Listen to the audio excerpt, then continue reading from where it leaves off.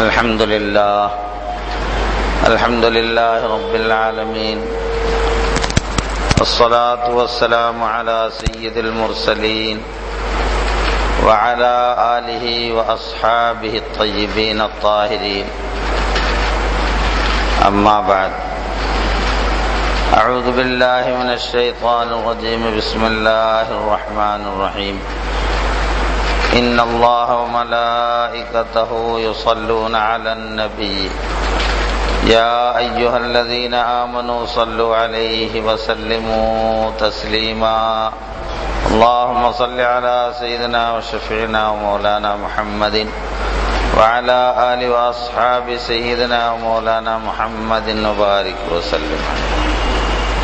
اللهم صل على سيدنا وشفيعنا ومولانا محمد وعلى آل وأصحاب سيدنا ومولانا محمد عدد كل ذرة 100,000 مرة.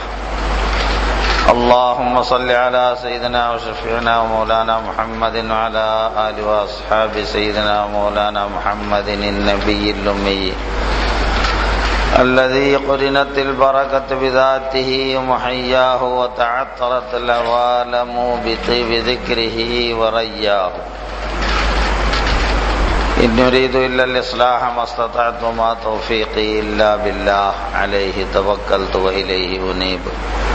رب اشرح لي صدري ويسر لي أمري واحلل عقدة من لساني يفقهوا قولي. والله يقول الحق وهو يهدي السبيل. بزرگوں اور دوستو، پروردگار عالم کا بے انتہا فضل اور اس کا احسان اور کرم ہے کہ اس نے ہمیں سرکار دو جہاں حضور اکرم صلی اللہ علیہ وسلم کی امت بابرکت میں پیدا فرمایا،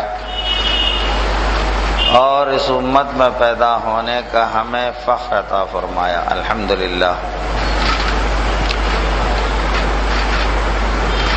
حضور اکرم صلی اللہ علیہ وسلم کا ارشاد گرامی ہے. حضور صلی اللہ علیہ وسلم ارشاد فرماتے ہیں: ذاق طعم الایمان من رضی باللہ ربا وبالاسلام دینا وبمحمد نبیا ورسولا. یہ حضور صلی اللہ علیہ وسلم کا یہ ارشاد گرامی ہے کہ آپ فرماتے ہیں کہ وہ شخص ایمان کا مزہ چکھ لیا جو اللہ سے راضی ہوا اللہ تعالیٰ کے رب ہونے کی وجہ سے. اللہ تعالیٰ کہ رب ہونے پر راضی ہوا اور دین اسلام سے راضی ہوا کہ وہ دین ہے، دین ہونے کے اعتبار سے اسلام سے راضی ہوا، اور محمد صلی اللہ علیہ وسلم سے راضی ہوا کہ وہ نبی ہونے کی بنا پر، نبی اور رسول ہونے کی وجہ سے محمد صلی اللہ علیہ وسلم سے راضی ہوا. اس حدیث مبارک میں، یہ مسلم شریف کی حدیث ہے، صحیح حدیثوں میں شمار ہے، کہ آقا دو جہاں صلی اللہ علیہ وسلم انسان کے باطن کی کیفیت اور ایمان کی ترقی کی علامتیں ہمیں سکھاتے ہیں کہ ایمان میں جس کو ترقی ملے، ایمان میں جس کو زیادتی حاصل ہو اور جس کے درجات ایمان کے اعتبار سے بلند ہو، تو اس کی کیفیت کیا ہوتی ہے. اور ایک عام مسلمان جو ایمان اور اسلام کی حقیقتوں سے آشنا نہیں ہوتا، یوں ہی ماحول کے وجہ سے یا سماج کی وجہ سے مسلمان رہتا ہے، اپنی مسلمانی سے اس کو خود واقفیت نہیں ہے کہ مسلمان ہونے سے کیا حاصل ہوتا ہے، مسلمان ہونے کا مطلب کیا ہوتا ہے. عموماً اکثر لوگ اس میں بڑے بڑی غلط فہمیوں میں مبتلا ہیں، اور بالخصوص ایسے مسلمان جن کے باپ دادا پردادا سے ہی سب مسلمان ہیں، یعنی خاندانی جو مسلمان ہیں، اس لیے کہ یہ لوگ جو خاندانی مسلمان ہیں وہ اسلام کے بارے میں سیکھنے سمجھنے کی کوشش نہیں کرتے،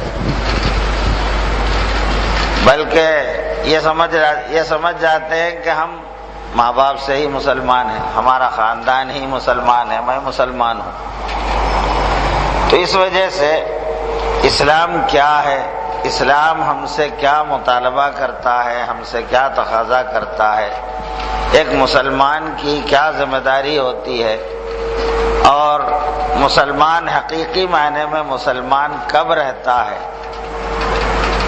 یہ ساری چیزوں کے بارے میں سیکھنے یا غور کرنے کی طرف وہ متوجہ نہیں ہوتا، بلکہ کچھ سیکھتا ہے تو وہ اپنے دنیاوی مقاصد کے لیے، دنیا کی آمدنی بڑھانے کے لیے جو علوم سیکھنا ہے وہ اس میں بڑی توجہ سے سیکھ لیتے ہیں، انگریزی سیکھ لیتے ہیں، دیگر مضامین سیکھ لیتے ہیں، سب کچھ سیکھتے ہیں۔ دین اسلام کے تعلق سے سیکھنا یا اس کے بارے میں معلوم کرنا، جاننے والوں سے پوچھنا سمجھنا، اس کی طرف ہم مسلمان جو خاندانی مسلمان ہیں وہ توجہ نہیں دیتے، جس کا نتیجہ یہ ہوتا ہے کہ اسلام کے جو حقیقی پھل ہیں، جو حقیقی فائدے ہیں، ان فائدوں سے ہم محروم رہ جاتے ہیں، محض ایک رسم و رواج کے مسلمان رہتے ہیں، عادتاً رسماً رواجاً مسلمان، بس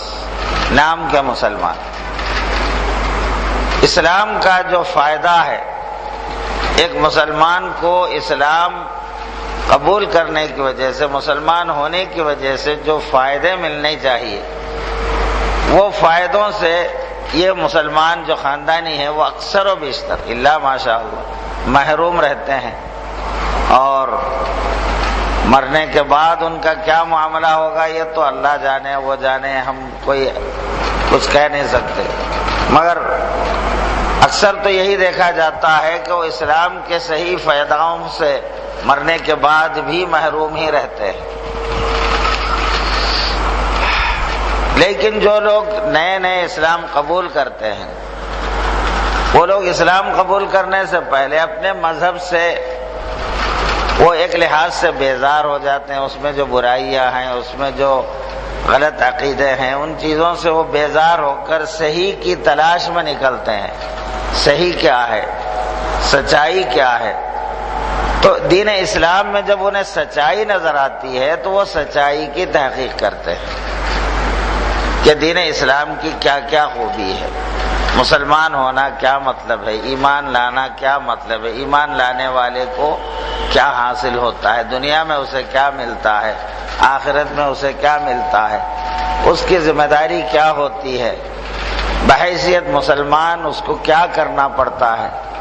تو یہ ساری چیزوں سے وہ آگاہ ہو کر اسلام کے فائدے حاصل کرنے کے لیے اسلام میں آتا ہے، اس لیے اسلام کے تمام چیزوں کو بڑی خوشی کے ساتھ وہ قبول کرتا ہے، اور اسلام کے سچے حقیقی فائدوں سے ویسے لوگ مالا مال رہتے ہیں۔ چنانچہ عبرت کے لیے اگر آپ لوگ اردو پڑھنا جانتے ہیں تو اردو جو اخبارات نکلتے ہیں عموماً منصف میں اکثر و بیشتر جمعے کا جو ایڈیشن ہے اس میں ایک مضمون آتا ہے میں کیوں مسلمان ہوا۔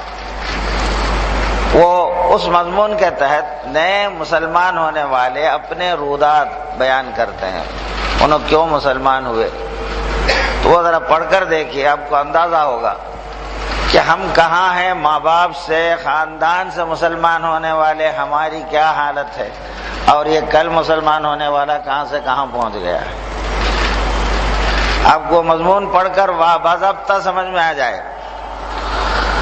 تو یہ بڑی محرومی ہے ہمارے لوگوں کی کہ ہم دین اسلام کے تعلق سے سیکھنے کی کوشش نہیں کرتے، سیکھتے ہیں تو کتنا وہ بچپن میں یسرنا القرآن کسی مولوی سے پڑھ لیے، کوئی ٹیوٹر یا کوئی پڑھانے والے مولوی یا مسجد کے امام وغیرہ، صباحی مدرسہ مسائی مدرسوں میں جا کر اگر پڑھ لیے یسرنا القرآن اور قرآن پڑھنا آ گیا، بس اتنے ہی کو دین سیکھنا، دین کے بارے میں سمجھتے ہیں۔ عربی پڑھ لیے، عربی پڑھنا اس کو اگر بولا جائے تو انتہا ہو گئی کہ اس کو عربی پڑھنا کہتے ہیں۔ اگر کوئی انگلش کے اسپیلنگ سیکھ لیا اور انگریزی کے ورڈز پڑھنا سیکھ لیا، معنی کچھ بھی نہیں معلوم، ترجمہ معلوم ہی نہیں اسے، انہیں انگلش کا اخبار پڑھنا سیکھ لیا، پڑھنا آ گیا اس، تو کیا آپ اس کو یہ کہیں گے کہ انہیں انگریزی سیکھ لیا ہے؟ خالی پڑھنا سیکھنا ایک الگ چیز ہے، وہ زبان سیکھنا ایک الگ چیز ہے، پھر وہ زبان میں جو چیزیں ہیں، جو کتابیں ہیں، اس کے جو مضامین ہیں، وہ سیکھنا ایک اور ہی بات ہوتی ہے۔ تو دین سیکھنا عربی سیکھنے یا قرآن پڑھنا سیکھنے کا معنی نہیں ہے، اس سے قرآن پڑھنا آ جاتا ہے، اچھی چیز ہے، اس میں شک نہیں ہے۔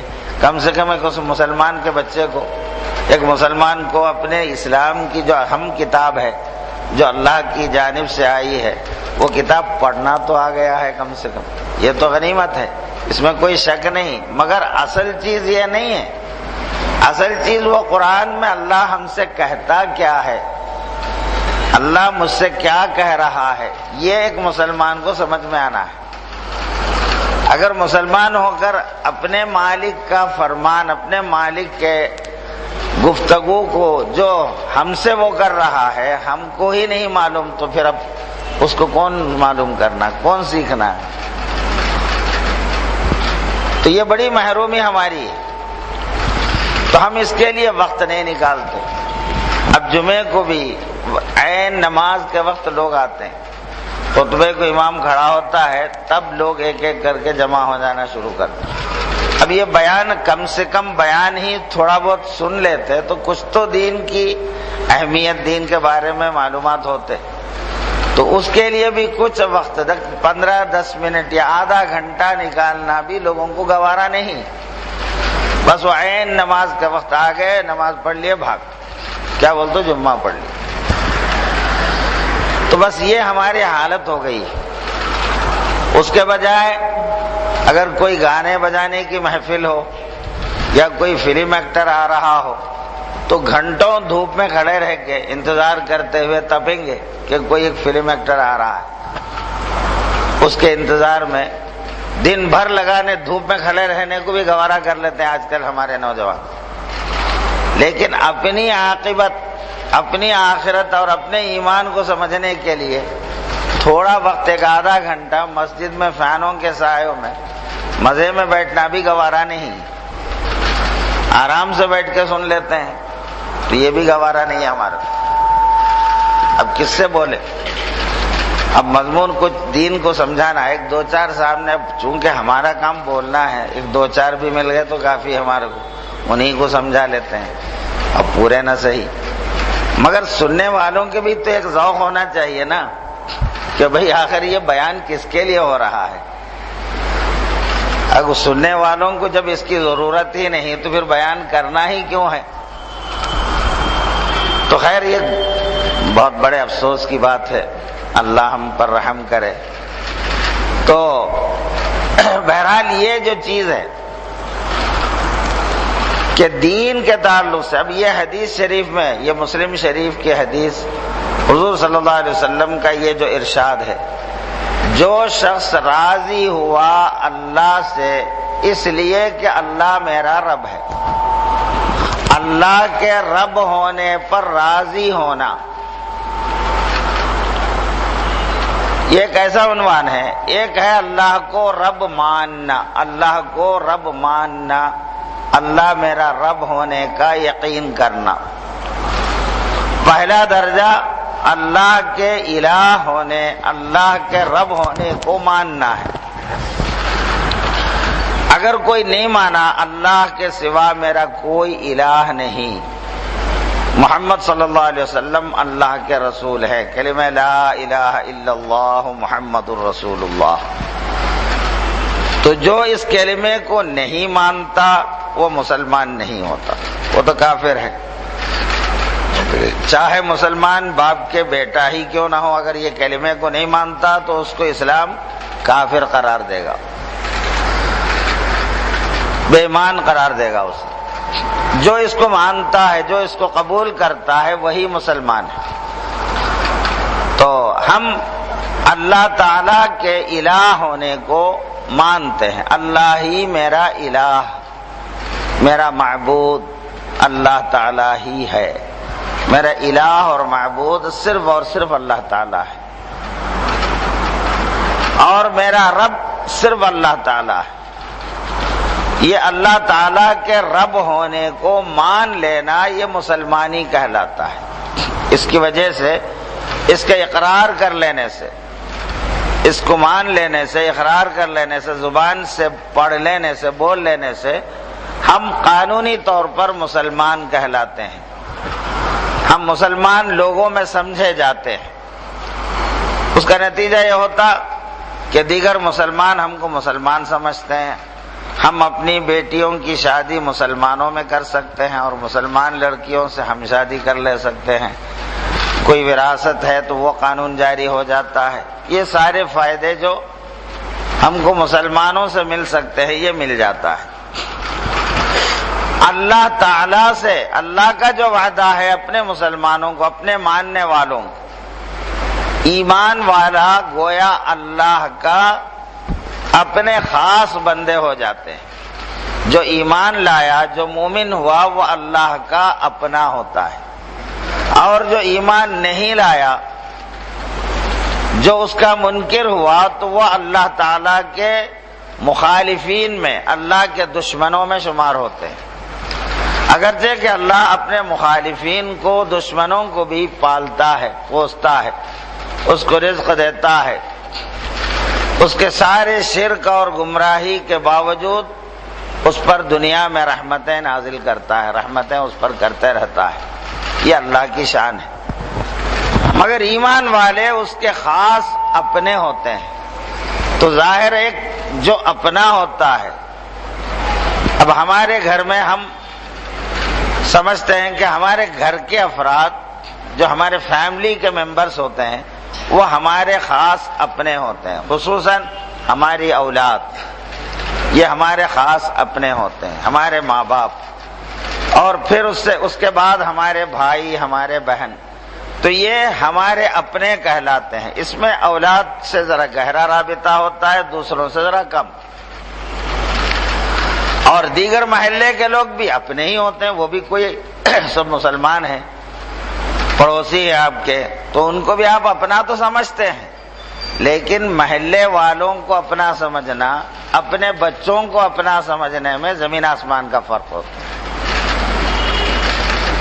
اسی طرح اللہ کے سب بندے ہیں، اللہ کے سب مخلوق ہیں، لیکن ایمان والے اللہ کے خاص اپنے ہوتے ہیں. کیونکہ اللہ کو اولاد نہیں، اولاد کا رشتہ اللہ سے نہیں ہوتا. اللہ کے سب بندے ہیں، اللہ کے سب ملک ہیں، اس لیے اولاد کی نسبت اللہ کی طرف نہیں لگائی جا سکتی. مگر اس سے بھی زیادہ اولاد سے باپ کو جتنا گہرا تعلق ہے، یا باپ کو اولاد سے جتنا گہرا تعلق ہے، اس سے زیادہ گہرا تعلق اللہ کو اپنے بندوں سے، اپنے مومن بندوں سے ہے. اور مومنین کو اللہ سے بھی جو تعلق ہے وہ اپنے ماں اور باپ سے جتنا ہے اس سے بھی زیادہ گہرا ہے. مگر یہ حقیقت ہم پر کھلنا ہے، سمجھ میں آنا ہے ہم. اور یہ حقیقت جتنا ہمیں سمجھ میں آ جائے گا، اور اللہ کی ربوبیت، اللہ رب ہمارا کیسا ہے، اللہ ہمارا رب کیوں ہے، کیسا ہے، اس کی وضاحتیں ہمیں سمجھ میں آ جائے گی تو اللہ تعالی کے رب ہونے سے ہم راضی بھی ہوں گے، خوش بھی ہوں گے، مطمئن بھی ہوں گے، اور ہم کو ناز ہوگا کہ میرا رب اللہ ہے، ناز ہوگا. صرف راضی خوشی ہونے کے علاوہ ہم ناز کریں گے کہ میرا رب اللہ ہے. تو یہ کیفیت ایک اونچی کیفیت ہے. ایمان میں جب زیادتی آتی ہے، ایمان جب سمجھ میں آتا ہے، تو یہ کیفیتیں بندے میں پائی جا سکتی ہیں.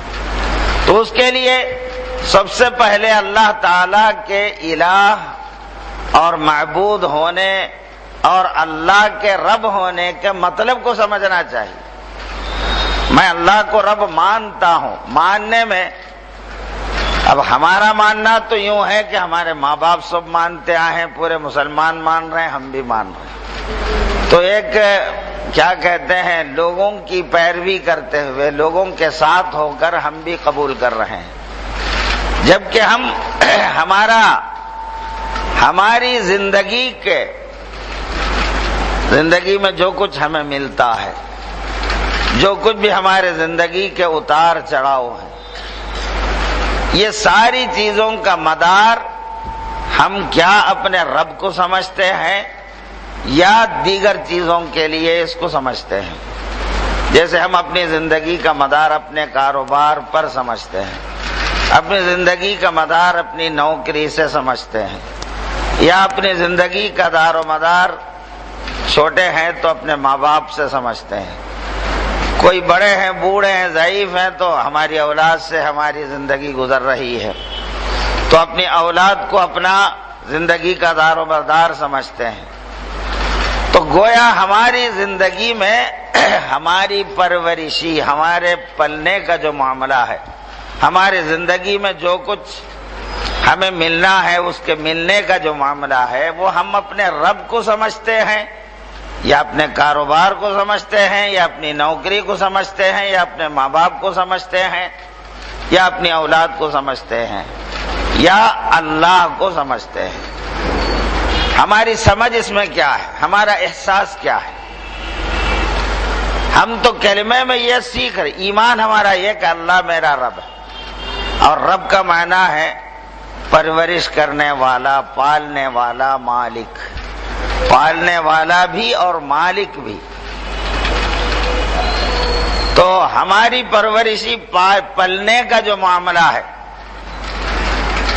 ابتدا سے لے کر ہماری زندگی کے آخر دم تک جو کچھ ہماری زندگی میں ہے، وہ زندگی میں جو کچھ بھی ہو رہا ہے، وہ سارا امور ہم اللہ پر ڈیپینڈ کرتے ہیں. یہ اللہ ہی سے ہے، اللہ تعالیٰ ہی کے کرنے سے ہے، اللہ ہی میری پرورشی کر رہا ہے. یا پھر ہم اپنے آپ کو یا اپنے دکان کو، اپنے کاروبار کو، اپنی نوکری کو یا اپنے ذرائع آمدنی کو اپنی زندگی کا مدار سمجھتے ہیں. تو رب کے ساتھ اگر ان چیزوں کو ہم سمجھتے ہیں تو اللہ کو رب مان کر ہماری زندگی کا انحصار دیگر چیزوں پر ہے. تو گویا احساس کی دنیا میں ہم اللہ کے ساتھ دوسری چیزوں کو شریک کرتے ہیں. کسی مسلمان سے یہ کہا جائے کہ کوئی الجھن میں ہے، کوئی ضرورت مند پریشان ہے، بھئی اللہ ہے نا، اللہ سے مانگ. تو فوراً ایک مسلمان ہونے کے ناطے کہ بھئی اللہ تو ہے، مگر اللہ تو ہے، اللہ صرف اللہ ہے، اس سے راضی نہیں ہوگا. انہیں ہے اللہ ہے بس کافی ہے اور کسی کی ضرورت نہیں ہے، ایسا محسوس نہیں کرے گا. وہ اللہ تو ہے مگر بول کے مگر آتا ہے بازو معنی مطلب یہ ہوا صرف اللہ سے اس کا دل مطمئن نہیں ہے، ایک مگر کے ساتھ کچھ اور بھی ہونا ہے. تو مطلب اللہ کے ساتھ غیر کو شریک کرتا ہے، وہ اس کے اندر کی دنیا میں شرک موجود ہے. جو اللہ کو رب مانتے ہوئے دوسرے سہاروں کے بغیر محض اللہ سے کام نہیں چلنے والا، ایسا وہ اپنے اندرونی طور پر اگرچہ کہ الفاظ میں یہ بول نہیں رہا ہے مگر اس کے باطن کا احساس یہی تو ہے، اس لیے تو مگر بول رہا ہے، ورنہ مگر کا سوال کہاں ہے. ایک بیٹا ہے، اس کو امتحان کا فیس دینا ہے، 1000 روپے 10,000 روپے فیس دینا ہے. تو تو اس کا باپ مالدار ہے، تو اگر بیٹا ذکر کرے، انہیں ذکر کیا اپنے دوستوں سے بھائی فیس دینا ہے امتحان کا، تو دوسرا اس کو بولا بھائی تمہارے باپ ہے نا، اور ٹھیک ہے، انہیں یہ نہیں بولتا مگر بول کے، ہاں میرے باپ ہیں لے لوں گا ان سے، وہاں مگر نہیں بولتا نا انہیں، کیوں نہیں بولتا؟ تو باپ کو اپنے لیے کافی سمجھ رہا ہے، کیونکہ باپ سے مل جاتا ہے، باپ سے مطمئن ہے اس کا دل۔ اسی طرح بندہ اللہ سے، اللہ کے رب ہونے سے راضی ہونا، یہ کیفیت جیسا بیٹا باپ سے راضی مطمئن ہے کہ میرا فلاں باپ ہے، بس ان سے میرا کام نکل سکتا ہے، باپ سے مطمئن ہے وہ، اب کسی اور کو محسوس کرنے کی ضرورت نہیں کرتا ہوں۔ تو اسی طرح بندے مومن کے قلب میں اللہ کو رب ماننے کے بعد دوسرے کی ضرورت کو محسوس کرتا ہے، تو یہ محسوس کرنے کی وجہ بھی کیا ہے؟ وہ ایمان کو سمجھا ہی نہیں، اللہ کی ربوبیت کو سمجھا ہی نہیں، اس لیے اس کو یہ بولنا پڑ رہا ہے۔ وہ اسباب جو اللہ تعالیٰ نے، جن ذریعوں سے اللہ تعالیٰ اس عالم میں اپنی قدرت کو ظہور میں لاتا ہے، وہ اسباب کی حقیقتوں سے آشنا نہیں ہے، وہ اسباب پر انحصار کرنے والا بن گیا ہے، اسباب ہی سب کچھ ہے، مخلوق ہی سب کچھ ہے، اس کے بغیر کوئی کام نہیں نکلتا۔ اس میں اللہ کا رول کیا ہے، اسباب کا رول کیا ہے، یہ دین کے سیکھنے پر سمجھ میں آتا ہے۔ کسی بھی چیز کام آنے میں اللہ کا کیا رول ہے اور وہ چیز کی کیا حیثیت ہے، کیا حقیقت ہے۔ ایک بندے کو سبب کے تعلق سے، مخلوق کے تعلق سے اس کا نظریہ کیا ہونا چاہیے، اللہ کے تعلق سے اس کا نظریہ کیا ہونا چاہیے، اللہ کا فعل کیا ہے، بندے کا فعل کیا ہے، اللہ کیا کرتا ہے، بندہ کیا کرتا ہے، یہ چیز اگر سمجھ میں آ جائے تو اللہ کے رب ہونے سے بندہ راضی ہو جائے،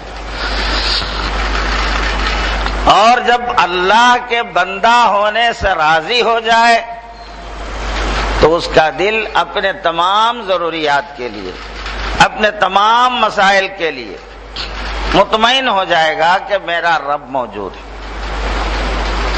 کوئی چیز چاہے اسباب میں کوئی چیز ہو نہ ہو، رہے یا نہ رہے، میرا رب میرے لیے کافی ہے۔ تو رب سے مطمئن ہونا،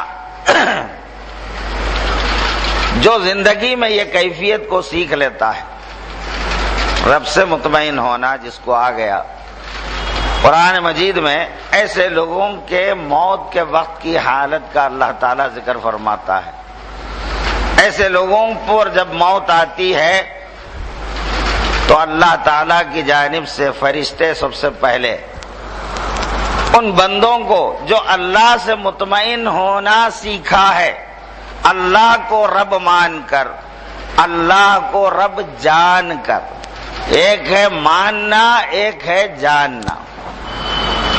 اللہ کو رب تو سارے مسلمان مانتے ہیں، لیکن ہر ایک اللہ کو رب جانتے نہیں ہیں۔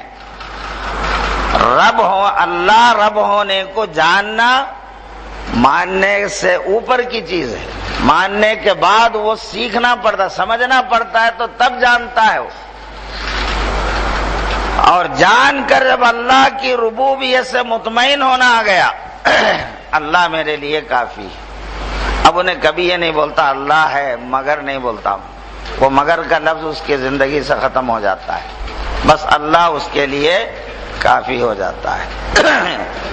اگر بیوی کسی شوہر سے یہ کہے کہ فلاں معاملہ ہے گھر میں، مجھے یہ کپڑوں کی ضرورت ہے، تو شوہر کہتا ہے ٹھیک ہے میں ہوں نا تمہارے لیے، تو اگر بیوی اس سے یہ پلٹا کے پوچھے آپ تو ہیں مگر، اگر یہ لفظ بولے تو بتائیے آپ شوہر ہونے کے ناطے آپ کا کیا احساس ہوں گے؟ آپ اپنے بیوی کے تعلق سے کیا محسوس کریں گے؟ انہیں آپ سے مطمئن نہیں ہو رہی ہے، انہیں اس کے لیے آپ کافی نہیں ہو رہا ہے، مطلب آپ کو کافی نہیں سمجھ رہی ہے انہیں، تبھی تو مگر بولی انہیں، اب مگر کیا، اب اس کے پیچھے پڑ جاتے آپ. تو کسی اور کو آپ برداشت ہی نہیں کر پاتے آپ.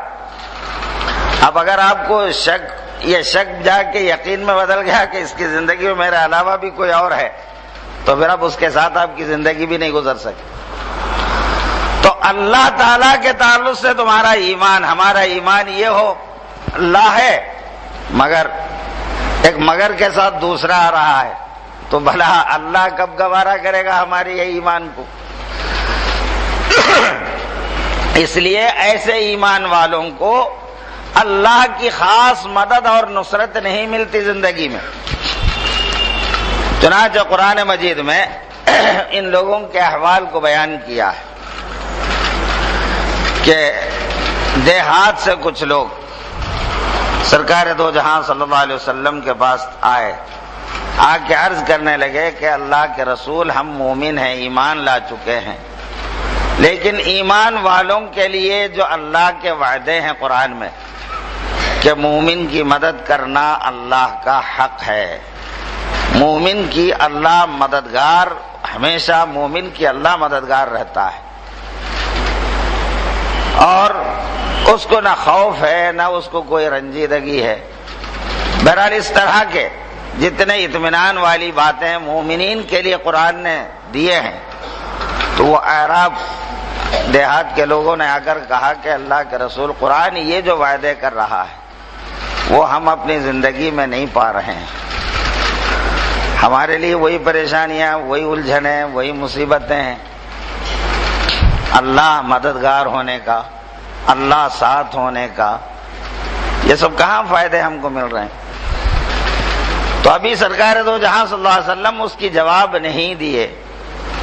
جبریل علیہ السلام کا نزول ہوتا ہے، آپ پر وحی نازل ہوتی ہے، اور یہ آیتیں نازل ہوتے ہیں. قالت الاعراب آمنا، اے حبیب یہ اعراب، یہ دیہاتی لوگ کہہ رہے ہیں آمنا، ہم ایمان لائے. قل، آپ فرما دیجئے ان سے، لم تؤمنوا، تم ایمان نہیں لائے. یہ لوگ بول رہے ہیں کہ ہم ایمان لائے، کلمہ پڑھ رہے ہیں، نماز پڑھتے ہیں، روزہ رہتے ہیں، سب کر رہے ہیں، مگر قرآن کہتا، اللہ کہتا ہے لم تؤمنوا، تم ایمان نہیں لائے. پھر یہ جو سب کچھ ہو رہا ہے یہ کیا ہے؟ تو کہا کہ ولیکن قولوا اسلمنا، تم کہو کہ ہم نے مان لیا ہے، اسلام لا لیے ہیں، ہم قبول کر لیے ہیں، مان لیے ہیں. وَلَمَّا يَدْخُلِ الْإِيمَانُ فِي قُلُوبِكُمْ، تمہارے دلوں میں ایمان داخل نہیں ہوا ہے. تو مطلب یہ ہے کہ اگر کسی کو قرآن والے وعدے اپنی زندگی میں نہیں پورے ہو رہے ہیں، اس کا مطلب یہ ہے کہ وہ مومن نہیں ہوا، اور ایمان اس کے دل میں داخل نہیں ہوا. یہ قرآن کا فیصلہ ہے، ہر کوئی اپنا جائزہ لے لیں. قرآن مومنوں کے لیے جو وعدے کیے ہیں، کیا وہ مجھے اپنی زندگی میں مل رہے ہیں؟ اللہ میرا اپنا ہونے کا فائدہ، کائنات کا خالق، قادر مطلق، جس کے ہاتھ میں جو سب کچھ ہے، جو جب چاہا جو چاہا کرنے والا، جب میرا اپنا ہے تو مجھے کیا پریشانی ہو سکتی ہے اپنی زندگی میں، کیا الجھنیں ہو سکتی ہیں؟ مگر اب الجھنیں باقی ہے، ٹینشن باقی ہے، پریشانیاں باقی ہے، اللہ سے کچھ بھی نہیں مل رہا. تو پھر اب آپ اللہ پر ایمان کیا لائے ہیں؟ اللہ سے آپ کا تعلق کہاں صحیح ہے؟ یہ فیصلہ قرآن کا ہے، ہم جائزہ لے سکتے ہیں اپنا. تو جو لوگ اپنے رب کو، اللہ کو رب ماننے کے بعد اللہ کو رب جان لیا، اللہ رب کیسا ہے، اللہ کی ربوبیت مجھ تک کیسے پہنچ رہی ہے، اللہ میرے لیے کیا کیا کر رہا ہے، اللہ کیسا رب ہے، جب یہ چیز جان لیے اور اس جاننے کی وجہ سے اللہ کے رب ہونے سے راضی ہو گئے، خوش ہو گئے، مطمئن ہو گیا کہ اللہ میرا رب ہے،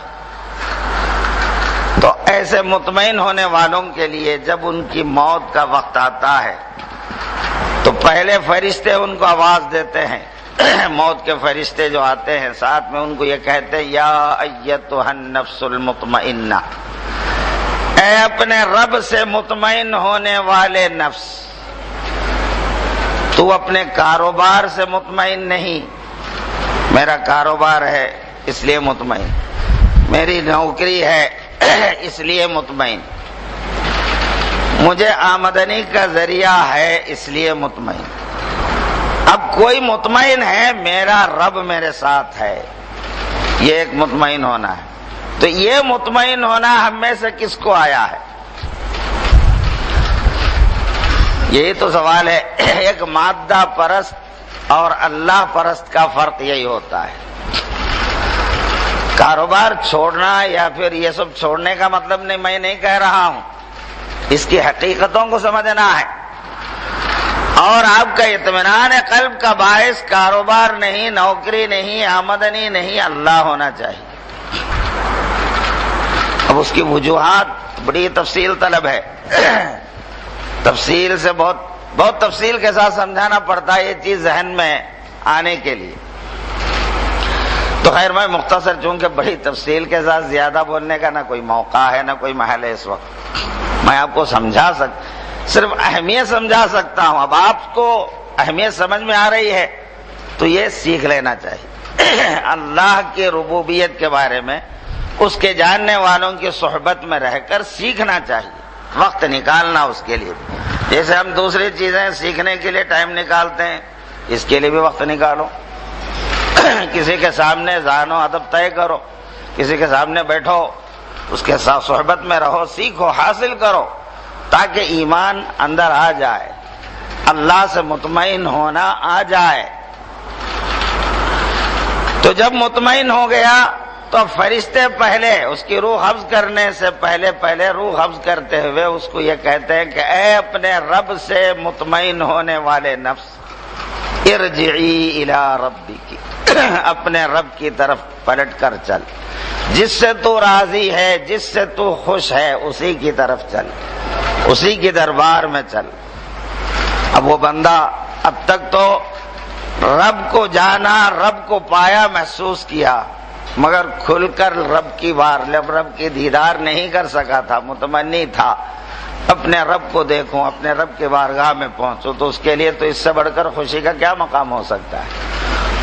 تو فرشتے اس کو کہتے ہیں کہ تو اپنے رب کی طرف چل، ارجعی الی ربک، کیسا؟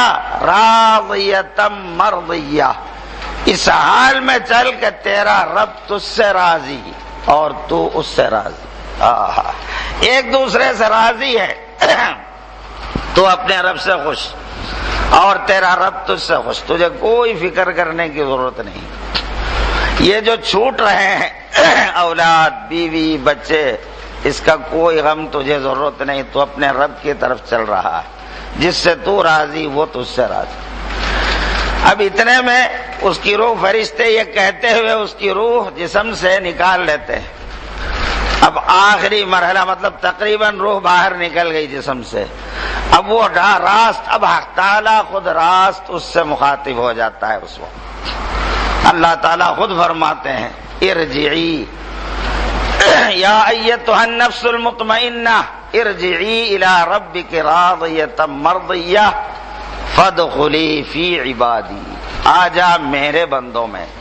اللہ خود راست اس بندے سے مخاطب ہوتا ہے اور اللہ فرماتا آ جا میرے بندوں میں، جو میرے اپنے چہیتے ہیں ان میں آ جا، میرے حبیب کی جماعت میں، میرے اولیاء کی جماعت میں، میرے پیاروں کی جماعت میں آ جا۔ فادخلی فی عبادی، آ جا میرے بندوں میں۔ وادخلی جنتی، آ جا اور داخل ہو جا میری جنت میں، جہاں میں ہوتا ہوں، جہاں میری دیدار تجھے ہمیشہ مل جاتی ہے، وہاں آ جا، تو کوئی غم مت کر۔ تو اس طرح ندا دے کر بڑے استقبال کے ساتھ اس بندے کو پہلے فرشتے اس کا استقبال کرتے ہیں، پھر حق تعالیٰ خود اس کا استقبال فرماتا ہے۔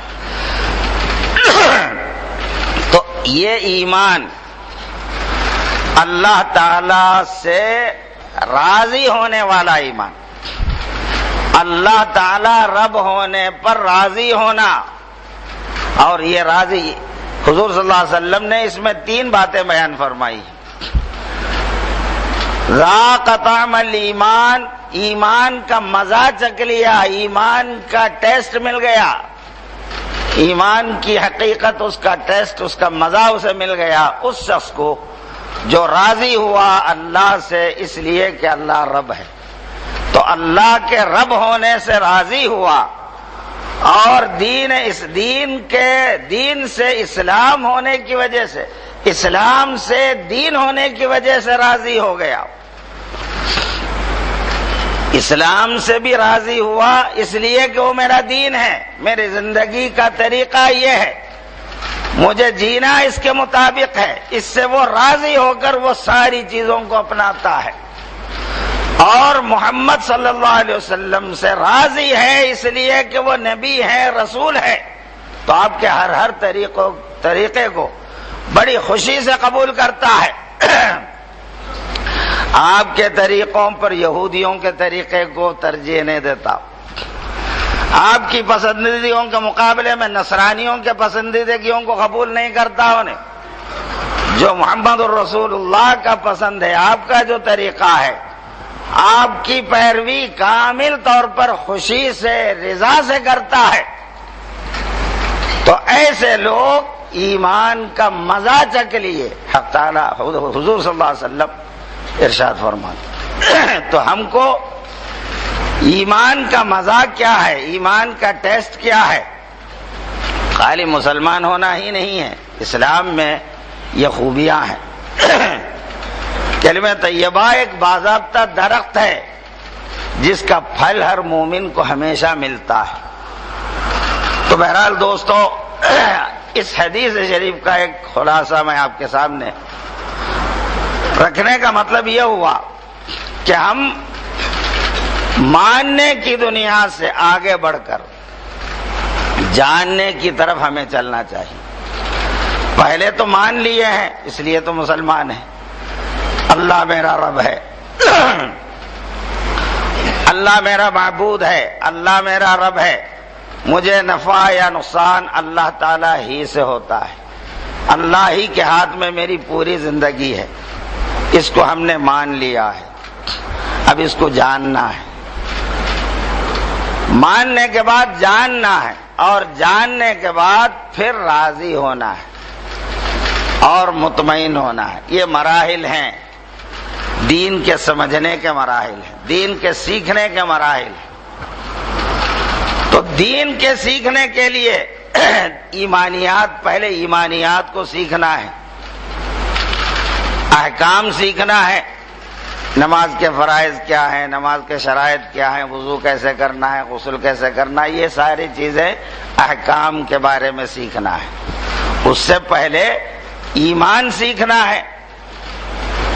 ایمان سیکھنے سے بندے اور اللہ کے بیچ جو تعلق ہے وہ تعلق مضبوط ہو جاتا ہے. اللہ سے بندے کا گٹھ جوڑ بہت مضبوط ہو جاتا ہے، بہت گہرا ہو جاتا ہے. اور بندہ اپنے لیے اپنے رب کو کافی جاننے لگتا ہے، اپنا سارا معاملہ اپنے رب سے سلجھاتا ہے، اپنے زندگی کے ساری دشواریوں کو اپنے رب کے سامنے رکھ کر رب سے سلجھا لیتا ہے اور رب سے مطمئن ہوتا ہے. تو بندہ رب والا ہوتا ہے، رب کا بندہ ہوتا ہے وہ، اور وہ اس کو ناز ہوتا ہے میرا ایک رب ہے. وہ اپنی کوئی ضرورت، اپنا کوئی مسئلہ کسی غیر سے نہیں بولتا، کسی غیر سے بولنے کی ضرورت ہی نہیں محسوس کرتا، کیونکہ میرا رب موجود ہے. جیسے شریف اولاد اپنے مسائل اپنے باپ سے کے سامنے رکھتے ہیں، غیروں سے نہیں بیان کرتا مجھے یہ ضرورت ہے، مجھے یہ مسائل ہیں، مجھے یہ پریشانیاں ہیں. اگر انہیں بیان کر رہا ہے، باپ کو معلوم ہوا تو باپ انتہائی گرم ہو جاتا، غصے میں آتا، کیا میں نہیں ہو رہے تیرے کو، میں مر گیا، کیوں لوگوں سے بول رہا ہے، کیوں لوگوں سے مانگ رہا ہے. تو باپ کی غیرت کو ٹھیس پہنچتا ہے. اسی طرح ایک رب کو رکھنے والا بندہ اگر اپنے معاملات، اپنے ضروریات غیر پر انحصار کرتا ہے تو رب کی غیرت کو بھی ٹھیس پہنچتا ہے۔ ایسے بندوں سے رب کبھی راضی نہیں ہوتا۔ اس لیے ہم کو اپنے باطن، اپنے ایمان کی اصلاح کے لیے اپنے ایمان کے بارے میں سیکھنا چاہیے، اس کے لیے بھی وقت نکالنا چاہیے۔ وقت تو سیکھنے کے لیے تو کیا نکالتے، یہ اہمیت سمجھنے کے لیے جمعے کے دن ایک آدھا گھنٹہ پہلے آنے کو ہم گوارا نہیں کرتے۔ اخیر میں خطبہ ہوتے وقت بھاگ بھاگ کے آتے رہے تاکہ کوئی چیز کان میں سننے کو ہی نہ ملے، تاکہ نہ سننا ہے، نہ سننا پڑے، نہ کرنا پڑے۔ یہ ہماری حالت، یعنی اتنے دین سے ہم دور بھاگتے جاتے ہیں۔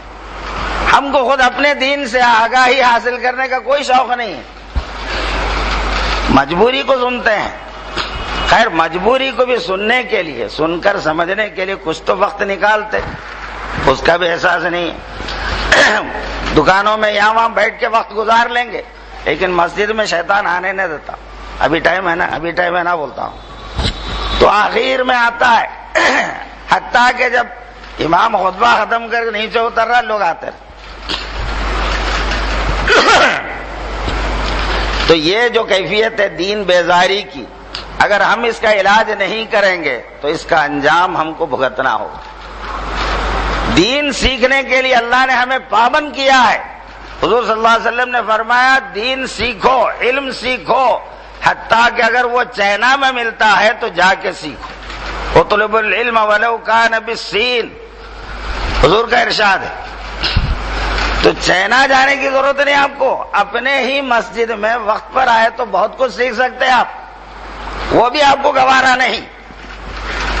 تو بھلا دین کے فائدے ان سے آپ کب مالا مال ہوں؟ مسلمان ہونے کا فائدہ آپ کو کب ملے گا؟ یوں ہی موت آ جائے گی غفلت میں، اور آخر میں حسرت کر کے رہ جائیں گے، کاش میں سیکھ لیا ہوتا، میں سمجھ لیا ہوتا۔ جب عذاب میں گرفتار ہو جائیں گے، قرآن میں اللہ تعالیٰ بیان فرماتا ہے، مجرمین یہ چیخ اٹھیں گے، کاش میں فلاں کو اپنا دوست نہ بنایا ہوتا، یا لیتنی لم اتخذ فلانا خلیلا، کاش میں فلاں کو اپنا دوست نہ بنایا ہوتا، اس کی وجہ سے میں برباد ہو گیا، فلاں کے ساتھ ہوتا تو اچھا تھا۔ حسرت کرتے، مگر وقت نکلنے کے بعد یہ حسرت کرنا کام آنے والا نہیں۔ اس لیے دوستو، دین کے جو اہم نکات ہیں، ایمانیات ہیں، ہم میں سے ہر ایک کو سیکھنا چاہیے، اس کے لیے وقت نکالنا چاہیے، تاکہ ہم دین کے ان فائدوں سے حقیقت میں مالا مال ہو سکے۔ اللہ تعالیٰ سے دعا ہے، اے اللہ تو اپنے کرم سے ہمیں جو کچھ بھی کہنے اور سننے کی توفیق دیتا ہے، اخلاص کے ساتھ ان باتوں کو قبول کرنے، اس پر عمل کرنے کی ہمیں توفیق عطا فرمائے۔ واسطہ محمد مصطفیٰ صلی اللہ علیہ وسلم، وآخر دعوانا الحمد للہ رب العالمین۔